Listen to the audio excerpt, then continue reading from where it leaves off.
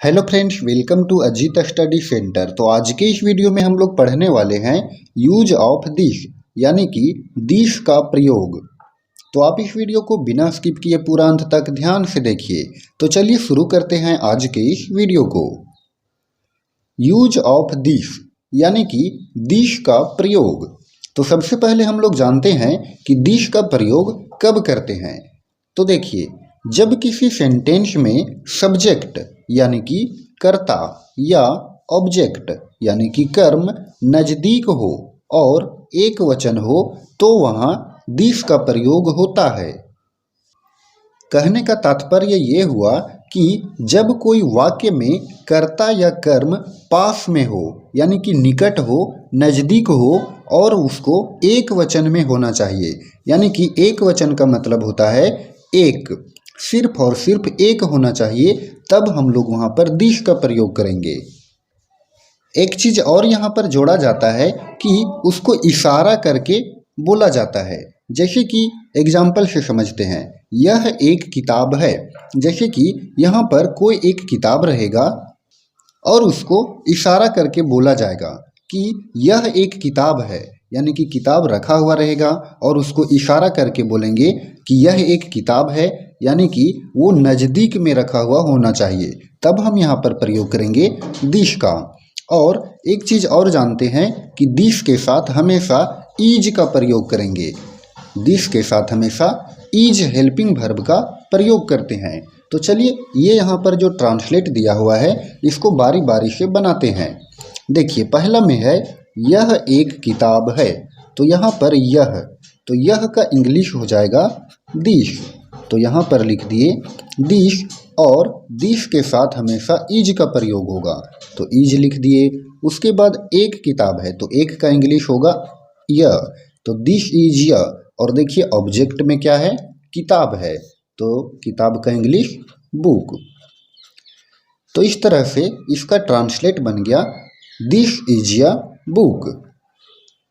दूसरा में है यह एक कलम है। तो यह का इंग्लिश हो जाएगा दिस और दिस के साथ हमेशा इज का प्रयोग। और फिर एक कलम है तो एक का इंग्लिश यह होगा और कलम का पेन। तो इस तरह से ट्रांसलेट बन गया यह एक कलम है का दिस इज य पेन। चलिए आगे है यह तुम्हारा घर है। यह का इंग्लिश होगा दिस और दिस के साथ इज का प्रयोग। उसके बाद है तुम्हारा घर है, यानी कि तुम्हारा का इंग्लिश योर और घर का हाउस। तो इस तरह से ट्रांसलेट बन गया this is your house. Next है यह मेरा विद्यालय है। तो यह का इंग्लिश दिस और दिस के साथ इज का प्रयोग और मेरा विद्यालय का माई स्कूल। तो इस तरह से ट्रांसलेट बन गया दिस इज माई स्कूल, यह मेरा विद्यालय है। आगे है यह एक गाय है। तो यह का इंग्लिश दिस और दिस के साथ इज का प्रयोग और एक गाय है का य काउ। तो इस तरह से दिस इज य काउ, यह एक गाय है। नेक्स्ट है यह एक आम है। तो यह का इंग्लिश दिस और दिस के साथ इज का प्रयोग और एक आम है तो यह मैंगो। तो इस तरह से ट्रांसलेट बन गया दिस इज य मैंगो। नेक्स्ट है यह एक सेब है। तो यह का इंग्लिश दिस और दिस के साथ इज का प्रयोग और एक सेब है तो यहाँ पर एक का इंग्लिश होता है ए और सेब का एप्पल। चलिए अब यहाँ पर देखिए दिस इज य एप्पल, ये जो सेंटेंस है वो गलत है। क्यों सेंटेंस गलत है? क्योंकि यहाँ पर ए है और ए क्या होता है, ए जो होता है वो वोवेल होता है। तो ये नियम है, आर्टिकल का नियम है कि वोवेल के पहले हम लोग एन का प्रयोग करेंगे। तो यहाँ पर प्रयोग होगा एन का। तो इस तरह से this is an apple. Translate हो गया। नेक्स्ट है यह मेरा कुत्ता है, तो यह का इंग्लिश दिस, और दिस के साथ इज का प्रयोग, और मेरा कुत्ता है यानी कि this is my dog, full stop.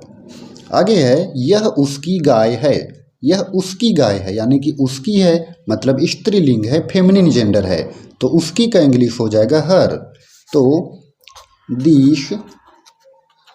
This के साथ इज का प्रयोग, दिस इज हर, गाय का इंग्लिश काउ, तो इस तरह से ट्रांसलेट बन गया this is her cow. Next है यह मेरी कलम है, तो दिस इज मेरी कलम का माई पेन, तो इस तरह से ट्रांसलेट बन गया दिस इज माई पेन, यह मेरी कलम है। तो फ्रेंड्स ये था यूज ऑफ दिस। अगर आपको ये वीडियो पसंद आया हो तो आप इस वीडियो को लाइक करें और चैनल पर नए हो तो चैनल को भी सब्सक्राइब करें। धन्यवाद।